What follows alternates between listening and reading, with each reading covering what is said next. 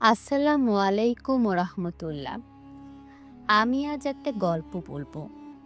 একটা এমন গল্প যেটা শুধু কানে নয়, হৃদয়ে গিয়ে ঠেকবে। যদি আপনি সত্যিকার অর্থে আল্লাহর জন্য কিছু করতে চান, তাহলে এই গল্পটা আপনার জন্য। আব্দুল করিম নামের এক গরিব দিনমজুর, গায়ে ছেঁড়া পাঞ্জাবি, হাতে বাঁধা পুরনো এক ঘড়ি।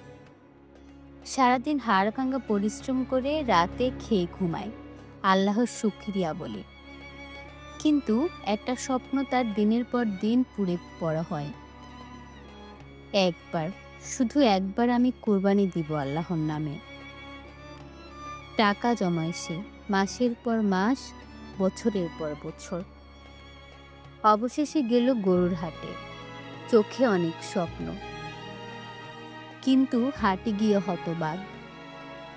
এক গরুর দাম শুনল, এটা 1,00,000 ভাই, ওটা 1,20,000। করিম হতাশ হয়ে একটা বিক্রেতাকে বলল, ভাই, আমার কাছে 25,000 টাকা আছে, কোনো গরু হবে?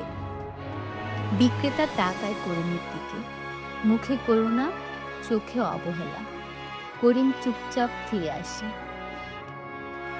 রাতে বাসায় এসে ছেলে ঘুমিয়ে পড়ার পর একা বসে কাঁদে করিম।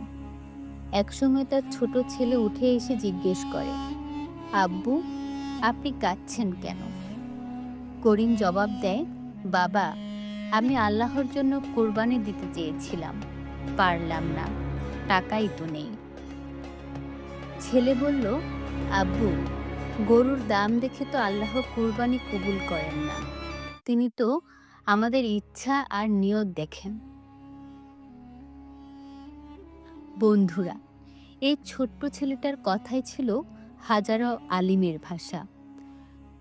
আমরা কতবার গরুর সাইজ দেখি, দাম দেখি, হাটে ছবি তুলি, কিন্তু আল্লাহ কি চান তা ভাবে কি কখনো? যদি আপনি কোরবানি দিতে চান, কমেন্টে লিখুন ইনশাআল্লাহ, যাতে আপনার নিয়তের সাক্ষী হয় এই কমেন্টটাও। করিম পরদিন মসজিদে গিয়ে ইমাম সাহেবের কাঁধে মাথা রেখে আর কাঁদে। সব শুনে ইমাম সাহেব তাকে বলেন, ভাই করিম, তুমি গরু দিতে পারোনি, কিন্তু তুমি তোমার হৃদয় দিয়ে দিয়েছ। আল্লাহ এর চেয়ে বড় কোরবানি আর কি চান?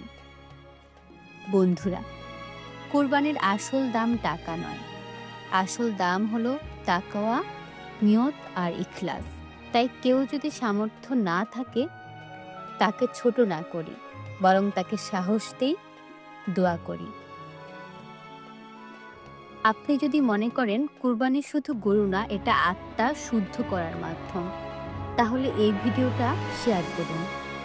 যারা আল্লাহর জন্য কিছু করতে চান, তাদের কমেন্টে লিখতে বলুন, লাব্বাইক আল্লাহুম্মা লাব্বাইক। আসসালামু আলাইকুম রহমতুল্লাহ। আল্লাহ আমাদের সকলের কুরবানি কবুল করুন, আমিন।